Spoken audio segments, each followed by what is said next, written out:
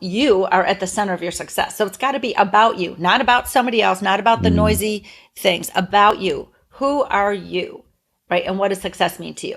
Then on the stage of success, there's three players. There's freedom, there's fulfillment, and there's balance. And nobody thinks of success in terms of those things, but that's really underlying. You're listening to the Real Business Connections Network. Real Business Connections Network. Powered by Balbert Marketing, LLC. Subscribe now and check us out at realbusinessconnections.com. Enjoy the show. Welcome to Rochester Business Connections, powered by Balbert Marketing, LLC, where I get the chance to chat with Rochester, New York's very best business owners, entrepreneurs, and thought leaders. I am your host, Ben Albert. Don't forget to subscribe, and remember, we don't do advertisements. My fee for this show is simple. If you gain value from the episode, personally share with a friend and explain your favorite part. Let's get started. Welcome, everyone, to Rochester Business Connections on the Real Business Connections Network. I'm here with Linda Bucher. How are you? I'm super great, Ben. Thanks for having me. I'm excited. I was obviously on your video podcast, Conversations Worth Your While.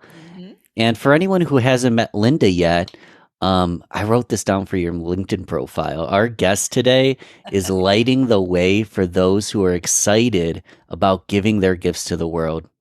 Linda is a master certified life coach, a mindset mentor, a transformational speaker, author and MBA, host of Conversations Worth Your While, which I humbly got to be a part of, and you're a wealth of knowledge. So, Linda, I'm just excited to be with you today. I don't know where this conversation will go, and that's part of the excitement of it. I completely agree. It's fantastic.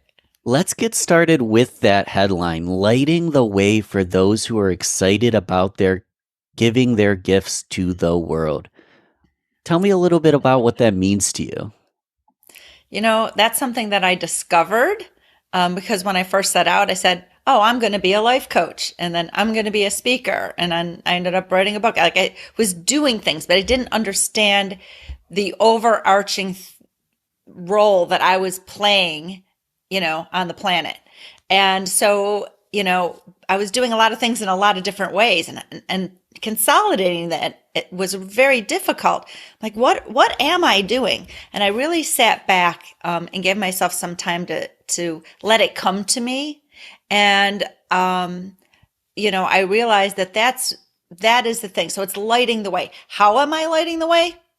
However a client needs it. I've ghostwritten books. I've created websites. I've, you know, pure life coached. I've done, like, there's so many different methodologies, right? And when I looked at each one of those, I said, this is what's happening is I'm shining my light, like, into the dark corners of, you know, your inner wisdom, so you can see what's there, because you have the answer. I don't have the answer. You have the answer. So I'm lighting the way.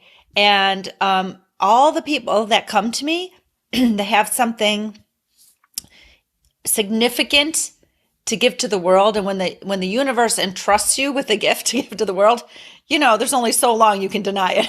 So those are the people, and that's all they need is a light. They've got the answers. They've got everything they need. They just need a light to help them actually get those gifts out into the world. So it took me a long time to realize that's what I was doing. And when I, you know, because I mean, in our careers, how many elevator speeches do we try on? Like 200? Yeah. You know, we start trying formulas and all these things. And then I thought, what is my gift? You know, the thing that is entrusted to me by the universe. And that's what it is. So. It's lighting the way. And we're going to dissect that so much. We'll get into how that actually works. But one thing that came up for me is, who lit your way? Was there a time where you mentioned all these elevator speeches or pitches and trying to figure out the best way to market yourself and brand yourself? Who helped light your way and figure out, like, who Linda was?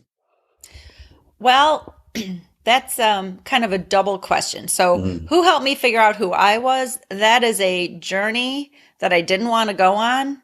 But I started finally, it was like, it was about the year 2000 when I knew there was something that had to give and I had to find who I was, but I wasn't ready to do it until 2009. So going on the internal journey happened. Not to interrupt, but tell me about that. So what was happening at 2000 and it took you 9 years? Like, are you comfortable talking about that a little bit? Yeah, sure. So, oh gosh. All right. So in 2000, I probably had reached close to a breaking point. My life looked perfect on paper. It was, I had a family, I had my kids, I had a really good high paying job with the power suits and the nice office. And, I had all of that going on, but I felt gapingly unfulfilled. And I felt guilty. Like, who am I to be unfulfilled? There's so many people that have so much less in the world than I have. But it was a feeling I couldn't shake. And what it was is because I wasn't fulfilling my purpose, but I didn't know that at the time. And so I started looking outside of myself, which is what people do, for the answer. Oh, let's see if the want ads have an answer. Maybe it's my job. Let's see if the marriage counselor has an answer. Maybe it's my marriage. Like what is the answer, right? I didn't know where to look. I didn't have any idea. So, I was pretty miserable. My husband was an alcoholic and I had to hide that from my family. That's basically a full-time job right there when you're trying to hide someone else's something and take, pick up all the slack when you got a DWI and things like that. And he was, people who suffer from alcoholism are suffering, but I wasn't qualified to help him not suffer. And so all I could do at the time was feel sorry for myself, right? Which is not good helping him either. And so, I wanted to blame something else. And I didn't understand that I was the one giving all my power away, that I was the one not helping myself. Hope in that land of hoping and waiting for someone or something else to change. And that is the most disempowering place you can live. And I lived in that place for like decades. So I remember somewhere around 2000, I bought a book. It was around 2000 because I remember I just adopted my second son. And because I had this unfulfilled hole inside of me. And the book was by Martha Beck, and it was called Finding Your Own North Star, Claiming the Life You're Meant to Live. And that title alone made me go, oh, I want that. Oh, I want that. I want to claim the life I'm meant to live because I don't know what life it is, but it's not this one. I knew that like for sure.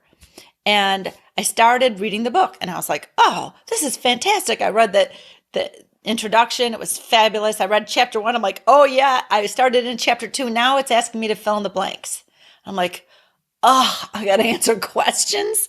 I'm like, I don't want to go on some long drawn out journey. Just give me the answers. I am a doer. If you tell me what to do, I will do it. And so I ended up putting the book down somewhere in chapter 3 and it made its way to the bottom of the cedar chest where it hung out for 9 years. During that 9 years, my husband passed away. My kids were like 3, 5, and 7, and he just didn't wake up one day. So I had that and 3 grieving kids, sudden widow, sudden single mom. You're doing a lot at that point when you're doing it alone and you're grieving because you think you're making smart decisions, but you're in a brain fog for about a year and a half. And so life got harder instead of easier. Eventually, I started getting a lot of physical symptoms that happen when you're going the wrong way. When you are not in accordance with your soul, right? Your body's going to tell you. I mean, stress manifests physically, and it comes from many things, and comes in your head, and it comes when you are not going in the right direction for you. It's like the GPS saying, make a U-turn in a very loud way. So I knew things had to change. And I was cleaning out that cedar chest 9 years later, right? Cleaning out the cedar chest to donate books for a rummage sale for my son's school. And there this book is again. Finding your own North Star, claiming the life you're meant to live. And a same response, I go, oh, I want that. Yes. So it's like, like the Pina Colada song. Oh, it's you. You've been here for me all along. And so then I couldn't stop filling in the blanks. I was so excited to go on this inner journey. So I knew it would have been a good thing to do, but I wasn't ready. And it took me 9 years to be ready. And that's very common with people. Once they know things have to change and they recognize they're going to have to change for themselves and the land of hoping and waiting hasn't actually been paying off, it still takes them time to decide to make a change. And so that's when I went, I'm like, who is the author of this book? Oh, turns out she runs a life coaching school. And then it was like the lightning bolt hit me when I went on their website. I'm like, oh my God, I'm supposed to be a life coach. And then I was like, but what's a life coach? I don't know, but I knew for sure it was what it was meant to be. So that was a giant course correction. And that's really when I began to really find myself, because that's when I started looking, right? So that was 2009. And then the second part of your question is, Yes. who has made a big difference, like as far as helping me to give my gifts to the world, which is lighting the way for others. I went through what many people do. So on this scale of readiness, you first start with, I'm not ready. I'm not doing it. I can't do it. I don't have the capacity to do it. Or what? What are you talking about? Nothing's wrong. It's fine. It's fine. It's fine. So you go from there to this next place where I was like, oh, I can do this and I can do it all by myself. I'm smart. I'm capable. I can figure this out. And so I spent a lot of years in my coaching practice helping people as a coach. And even though, I had like 27 years in the corporate world experience and a master's degree in business, being a solopreneur in the healing arts, especially in a digital age, was way different than what I had learned and what I had known and experienced. So, but I like to solve puzzles. So I'm like, oh, I'll figure this out, Yes. So 3 Love it. websites later, I was like, I like to play on that side. And so, I did a lot of that and I, was successful in my business. And then I decided I wanted to retool. And as soon as I tried to retool, I was lost. I was like, wait a minute, you get a lot of noise from the digital world. Like, here's how you do it. Here's how you do it. But it's not one size fits all. That's not how we are as humans. And so then I joined a organization called Shift Co. And the founder, Terry Maxwell, what I've learned from her has made a huge difference in how I'm moving forward with my gifts. So instead of being a coach who speaks for free, I'm moving into rebranding as a thought leader because that's really what I do and who I am. And then coaching is one of the services under the umbrella of lighting the way for others so they can give their gifts to the world. So that's a long story, but it's kind of got a couple stories in there. I like stories and I like when there's multiple narratives because, you said it yourself. We all have a different story. We all have different gifts. It's your job to light the way for people to find their gifts rather than be like, do this, do that, do that. It's funny because there's a common narrative and it's not wrong. And it's success leaves clues. And it's true that success leaves clues, but it feels like there's so many people that are like, I did it this way. This is the way to do it. Do it my way. And if you don't follow the playbook, you're going to fail and it's your fault. Well, maybe that playbook wasn't the right sport or that right fit for that person. And maybe their way is super unique and different than the way that, again, success leaves clues, but that doesn't mean that that square peg's going to fit in that round hole, right? So talk a little bit about that, like just allowing people to find their way and find their own story. Like, I guess one thing we've talked about in the past is like, what's your definition of success? And that's different than what my definition might be, and my way might be different, right? Yeah. So I love that you brought that up. I one of the sections in a book I wrote back in 2014 was about success on your own terms, and I've since converted it into just a free ebook available on my website. And the reason I wrote that section of the book was because I had discovered one day I woke up and I said, holy cow, I am chasing someone else's definition of success because I never stopped to ask myself, what does success mean to me? And so all that climbing the corporate ladder, nicer house, nicer car, whatever, that message came from my dad because that's what I watched him do. And it was loud and clear. But what I never saw, which should have been loud and clear too, was my mom as a piano teacher doing what she loved every single day, feeling fulfilled. And so I was like, whoa, wait a minute. Success looks different for everybody. And the loud and noisy ones are the ones that we feel because, as humans, we want to fit in. We want to follow the crowd. I mean, that's social psychology. That's true that people do that naturally. And so when you get really noisy things about success coming at you, and I love the success leaf clues. I've never heard that before, and I absolutely love that. But it's very noisy, and so we tend to think that's the only way. And that's what I had caught myself back doing, a decade ago. So I have redefined success, and actually in the ebook, I have a process for doing it. Right. And, in a nutshell, I say there's 3 players on the stage of success. Well, let me back up. First of Please. all. Okay. Here's my, maybe someday, I'll be quoted by other people saying this, but this is my thing. When you wrap what you're doing and how you're doing it around who you are, success and happiness will meet you there. So that's about you are at the center of your success. So it's got to be about you, not about somebody else, not about the noisy things, about you. Who are you, right? And what does success mean to you? Then on the stage of success, there's 3 players. There's freedom, there's fulfillment, and there's balance. And nobody thinks of success in terms of those things, but that's really underlying. If you want to, be successful in certain ways so that you can, buy a Learjet, right? If that's your goal. Okay. Well, why do you want the Learjet? Well, because I want to be able to hop over to France for lunch, right? So you want the freedom to hop over to France for lunch, and you want the means to be able to go do that. So when we talk about what we want to do, what kind of freedoms we want to have, then we got to go a little deeper as to why. And so that's what this book will take people through to really get to your personal motivations, because that's what is underlying success.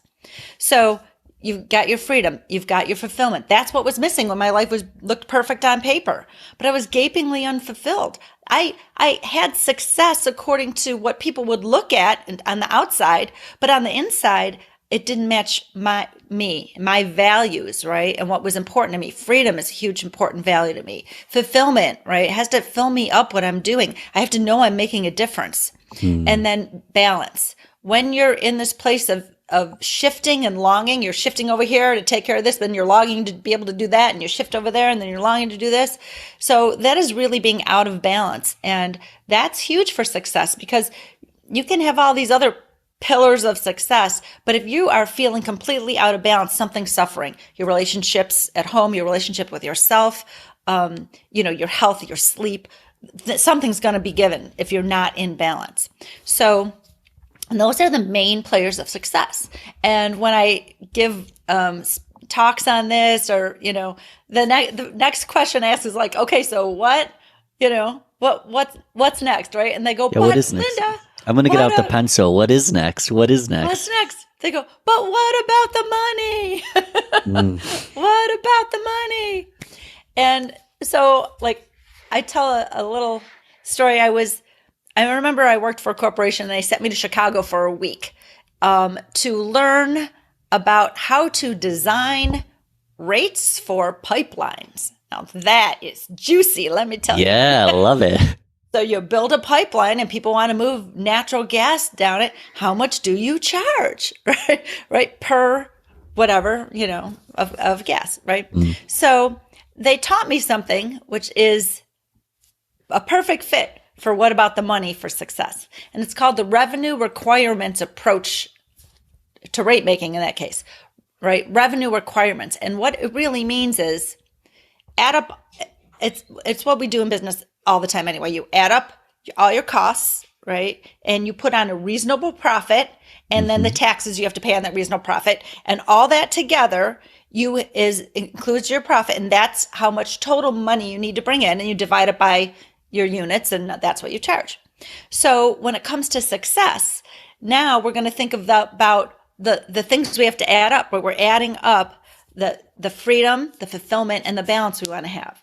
So of all those things, now that we have dived deep into know what our motivations are and what we would, love to do, like what kind of freedom. If that freedom you want to have is to be able to start work at 10 o'clock and finish at 2, because that's like what I like to do, Sounds like a nice day. Right? Yeah. And what are you going to do with your off time? Are you going on expensive vacations? Or no, all I need to do is be in nature. I just need to go to the park for a walk, which I will be doing today. Like when you finally know what your true motivations are, then you can say, what is the revenue? How much money is required for those things? And guess what? It's so much less than what you thought, what your ego needed in the world's definition of success. It's so much less, which is like, woo, phew, all right. Now I don't have to push so hard. Also, pushing keeps me out of balance. So it helps you reassess how much money you need, because now you're looking at your true motivations. And the caveat that I put on the true motivations is when you are writing down in the ebook all the things you would want to do with your freedom, right? And like if you want to be kayaking, I want to buy a kayak. I got to put my money in there I have to have enough money for a kayak because kayaking is important to me, right? Whatever it happens to be, that there's one big caveat.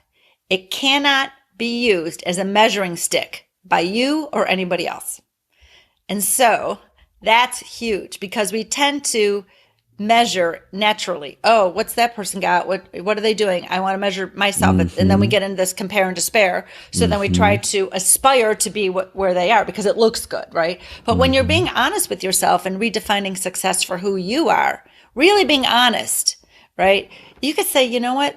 This is all I need. I don't need more. If nobody were looking, like if nobody were looking and I could separate my ego out of this equation, this is the core of success. So that's how we redefine it.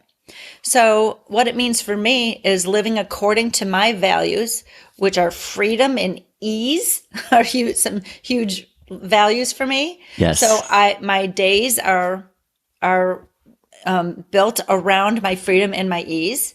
And I'm in balance. My days are built around my ideal balance, which I have people do in this ebook. You first have you start with what's it look like now on a pie chart? Where's your energy going? Where's your capacity going?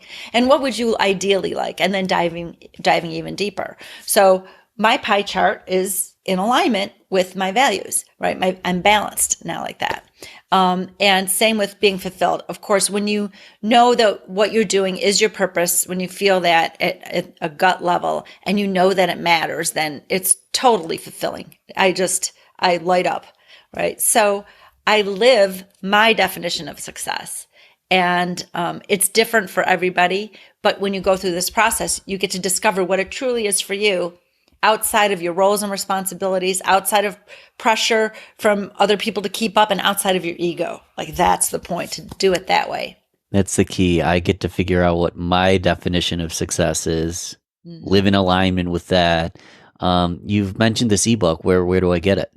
Right on my website. And I'll give you the link. You can put it into the descriptions. Send it to me. I'll make a note so it's in the description. Yeah. It's a simple little ebook with a worksheet, but it's like when I got that Finding Your Own North Star book and I wasn't willing to fill in the blanks. It's not going to help you if you don't fill in the blanks. You got to fill in the blanks. You have to do the work. And I'll be the first to admit, guys, so I'm in a training right now, and I'll watch the video, and then I'll get to the workshop, fill in the blank section. And the video, of course, will take me 10 minutes to watch, and then I'll take 2 days to actually do the workshop.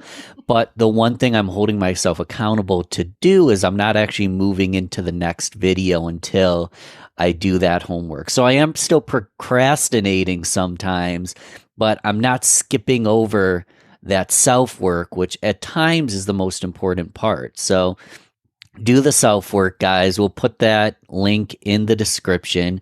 You mentioned your values. I'm curious, just in general, what if someone doesn't quite understand what their values are? Is there a great way to determine what those are? Oh, yeah. Yeah. A lot of the times when people come to me and they feel like they have a gift to give the world, but they don't know what it is, or they feel there is a purpose, but they don't know what it is. So we go on like a little, safari, a little discovery safari. Ooh, right? yeah. I like And that. so there's the questions that I ask would be, when I say like, who are you? Like, so maybe it's someone who's just experienced empty nest, right?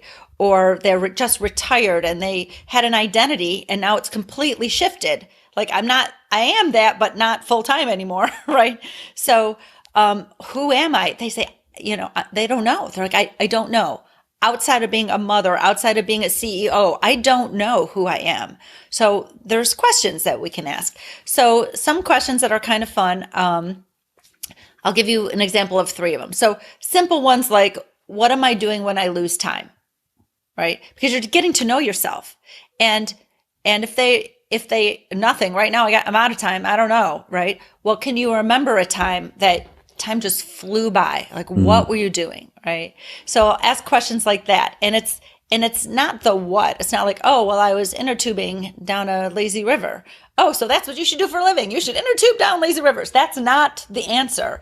It's to connect them with their essential self, right? That the essence of themselves. That's what we're trying to do, is connect with that, because that's the part of you that knows the answer. Your mind should be the slave.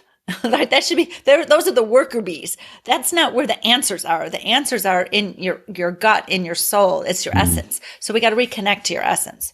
So that's a fun question. I like it. I might ask a question like, what's your favorite hobby? Right.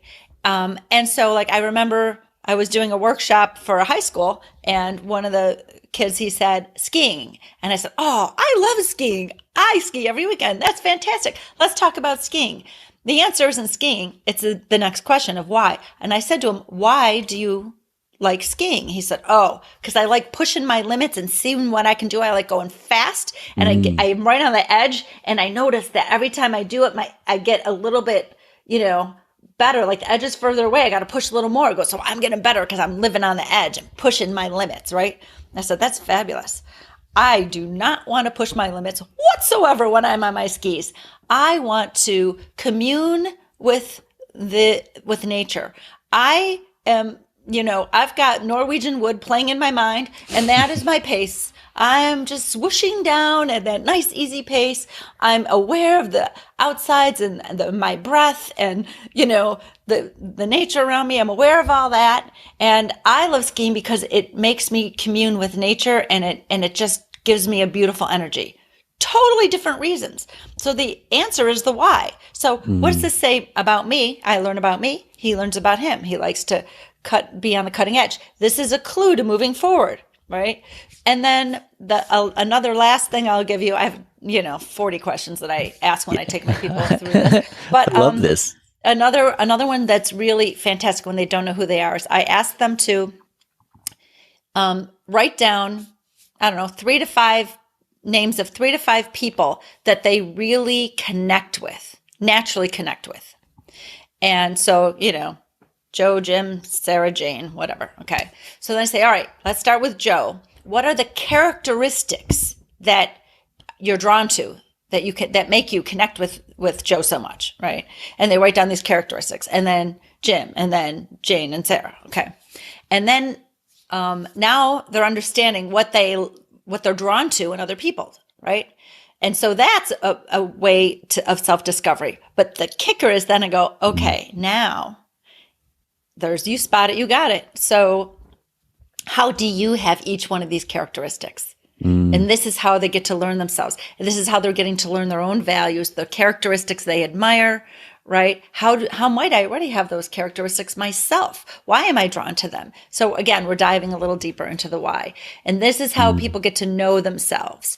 Once they get to know themselves better, then of course we've got to get rid of the schmutz that's in the way of them being themselves, because now they're worried about, what if I lose important relationships? What if they get all nervous? And it's like, well, let's just be who you are in a safe way, right? So once they can do that now, and that there's no more schmutz and fear wrapped around this, who they've discovered, now it goes really fast to discover what's next, what's right, what's my thing, right? That's so you kind of start slow, and then you've got to help them remove the fear. But then, ooh, like, this is my thing.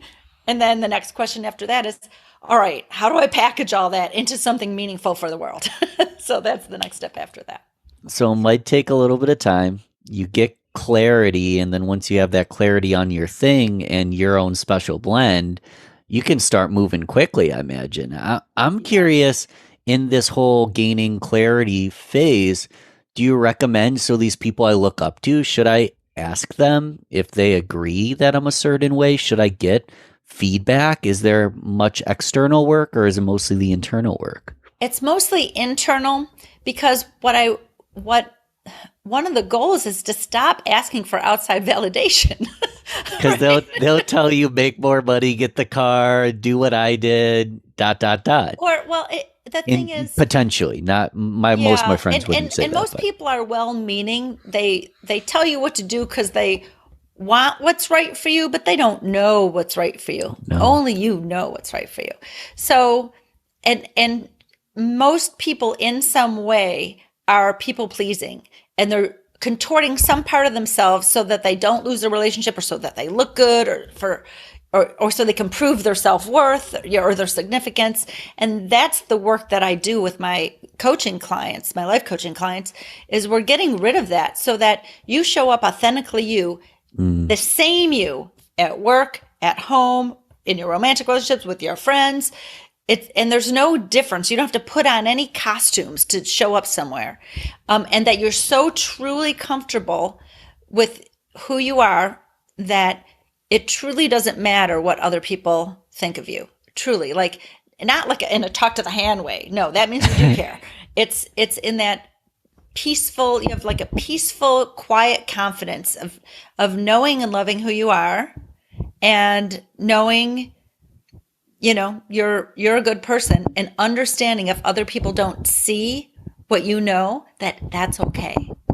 That's okay. Like, that's where we get to. That's the balance I'm talking about. And what you can probably gain from this is that life balance, that whole feeling, having a balanced, rewarding life.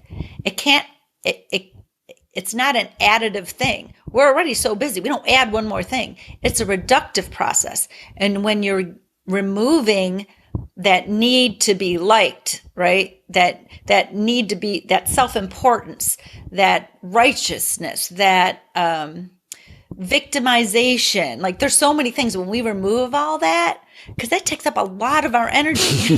When that's removed, all of a sudden we've made space. We've found extra hours in a day. And we're like, how did that just happen? It's because we're moving in accordance with who we are and our own true values, and we're not using our energy in ways that are outside of those things. And we actually have more time and a higher quality of life. I love this, Linda. It's a tough one, because I feel like I don't need to be liked, but I want to be liked. I feel like if I'm not at least a certain level likable, why would anyone listen to my show? Well, here's the thing. It's not about you if you're likable or not. It's other people's tastes. So here's something that was explained to me, but I have no idea who the author is. I wish I could attribute this to somebody. It was explained to me as the 1/3 rule of tribes, and I know maybe we're not supposed to use that term anymore, tribes, but that's how it was named. So we can call it something else. It doesn't matter. And basically it goes like this. 1/3 of the people in the world don't care what you have to give. They don't care what you have to say. They don't get you, and they don't really want it. And that's just statistics. And it's no matter what you do. Yeah. And then there's another 1/3 of the people that sometimes they get you and sometimes they don't. Sometimes they want what you have to give, and sometimes they don't, no matter what you do. And then the last 1/3, they're the ones who lean in. They totally get you. They want more of what you have to say. They want to know more. They want to talk with you deeply. And no matter what you do, they just get you. Now, here's the thing. Some people in our immediate circles, people that we love and care about, are in that first third. Like my dad's there. He's never going to get me. He doesn't even want to get me. He doesn't understand. He says, I don't understand. And I had spent decades trying to explain to him who I am, right? I actually went so far as, not for him, but for myself, I was redecorating a bedroom maybe about, 13 years ago in my old house. And it was the time I was discovering myself, like really discovering me. So I wrote some beautiful words in my own handwriting across the whole wall, ceiling to floor. It was the context of a book by Kobe Yamada called She. And it was beautiful affirmations about a woman who knows who she is and shows up authentically. And it's about celebration. So I wrote this. I was like, this is me. Finally, I recognize this is me. And my dad saw the wall and he put his hands on his hips and he goes, what is this shit? I don't even get it. And frankly, I think half of this is irresponsible, right? and it was hilarious because he's in that first third. But Yes. He loves me like crazy. And he would do anything for me. And so my response to him was, that's okay. So we got to stop trying to convince, cajole, explain to those first 2/3 of people, because it's no matter what we do, it's up to them if they're going to get us or not get us, want what we got or not want what we have. And so then we can use our energy into giving to the people who are leaning in, who want to learn. Now, that doesn't mean we're not doing nice things for those other people. Like, I have good friends and family in those other 2/3, and they love me and I love them, and we'll do anything for each other. But I'm not trying to share what I know with them because it doesn't resonate with them. And that's fine. That's okay. I don't need them to like what I know and like who I am. I don't need that because they love me. So they don't need to like and get it. It's okay. So once you understand it's just statistics and it's not about you, now you can stop trying to get so many people to like you. I love the elaboration because you are describing that, that quiet, assured confidence in yourself that not everyone needs to hear my message. Not everyone's going to resonate with it. Not everyone's going to like me. They might love me. I personally want them to like me, but it's not required. Right. It's not Right. required. Exactly. And people can only see you through the lens of their own experience and their own fears and their own insecurities. They can't see you for who you are. They've got this lens and it's all schmutzed up with their own fears. So they can't see the true you. They can only see you through their fears and their insecurities and their experiences. And so to expect them to see the real you, it's unreasonable. Right? Because it's a lot of work that I'm doing with my clients to help you see the real you. We got to unschmutz your lens first. But we can't unschmutz everybody's lens. It would be nice, but that's not your job. So just to be accepting and loving, regardless. So I have one more note that I wrote down. I want to close with it because I think it's a great way to end. It's something we talked about previously. For now, let's go into the rapid fire round. Just short, sweet, fill in the blank, either or questions, nothing too fancy, just, whatever comes to mind. Okay. I'm going to actually change them up slightly. So, favorite beverage? Some delicious bourbon cocktail. Ooh, okay. Favorite time of year? Summer. Summertime. Favorite thing that you're reading or learning right now?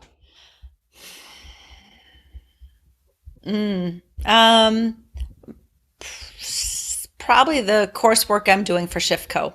Super fun, super interesting. Tell me a little bit about Shiftco. So Shiftco is a organization for conscious-based businesses. Helps us to develop our business and collaborate with each other, and give to the world. So we work as little mini agencies within it, but we're learning and growing. There's coaching, there's so much education involved, and it's hands-on. So everyone's helping each other. It's a very beautiful organization that I'm in, and everybody should go look that up, especially before August 1st, because then the price goes up. And what's a bummer is this will come out after August 1st, but we'll find a way to, it's still affordable, and I'm going to look that up yeah. myself, Shift Go. One more question. We'll do weekends. Assuming that you're done with work, you're just going to relax, have Linda time. What do you love to do when you're just having Linda time? You're just doing something that lights you up. Well, I like to putz around my house Mm-hmm.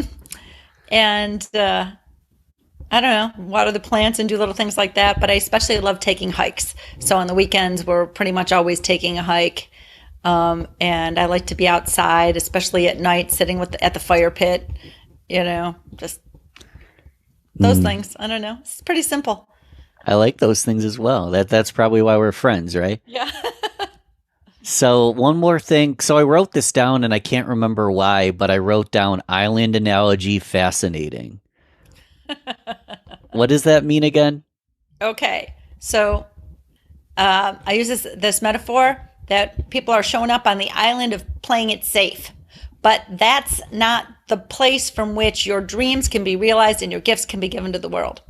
So you may be either an island dweller, a dock seeker, or an adventurer. And if you're an island, because those are 3 stages, and they are stages in order that you need to move through in order to get off the island of playing it safe and get to that place where you can give your gifts to the world. So if you're an island dweller, there's, you're just not ready, but it's good to know what it might take to be a dock seeker, just so you know if you are ready. Because how will you know if you don't know what it takes? If you are a dock seeker, you're doing it on your own. I can figure this out. I'm smart. I'm capable. I can get myself off this island. And you might be in that stage doing that for a very long time. And so I have tools to help people while they are in that dock seeker stage. But the adventurers are the ones that say, okay, I am impatient. I've been at this a long time. I'm smart. I'm capable. I've done a whole lot. I've come pretty far. But guess what? I don't want to wait 3 more years. I want to get off this island now. And the adventurers are the ones who will hire a coach. And so there's more to it. Yes. But I have like a little quiz on my website. It just says, take this fun quiz. And you can discover, based on just 9 quick little questions, where you are on the island of playing it safe. And after you take the quiz, you will get a little free ebook that says why you don't belong on the island of playing it safe. And it's just kind of another free resource that I have that's fun out there. But it's an internal switch that flips between each one of those stages. Nothing I can do nurturing you in an email, or I can't convince you, right? When you're ready to stand up and go search that island, you're no longer an island dweller. When you're ready to hire a boat to get you off this island, you're no longer a dock seeker, you're an adventurer. So, but those are internal switches, and they'll flip whenever they're ready to flip. I'm going to take the quiz. I will email you, make sure that we have that in the show notes, both of those links. Okay. And where else, social media, website, where should people come to learn more and potentially hang out and work with you? Right. So my website is lindabucher.com. And you can learn a lot about that. But if you go to the contact us or the connection page and send me a note, it'll go to my inbox, and we can set up a conversation. I love to talk with people and meet interesting people and be helpful. And also connect with me on LinkedIn. I don't really go on Facebook very much, just to post stuff, but LinkedIn is a good place to message me or connect with me. Well, awesome, Linda. This has been fun. I'll also put a link for conversations worth your while in the notes. I forget what we talked about, networking, intentional networking. That was a ton of fun. I'm like, I forget what we talked about. I remember what we talked about because it was a fascinating conversation. That's worth your while as well. So you can learn more about Linda and myself there. And yeah, just thanks again for coming on the show. It's always a pleasure. Thank you, Ben, for having me. It's been super fun. Thanks for listening to Rochester Business Connections. Don't forget to share this, rate, and comment on your favorite platform. You can also email me, ben@balbertmarketing.com. Let's connect soon. Until then, keep thriving, everyone.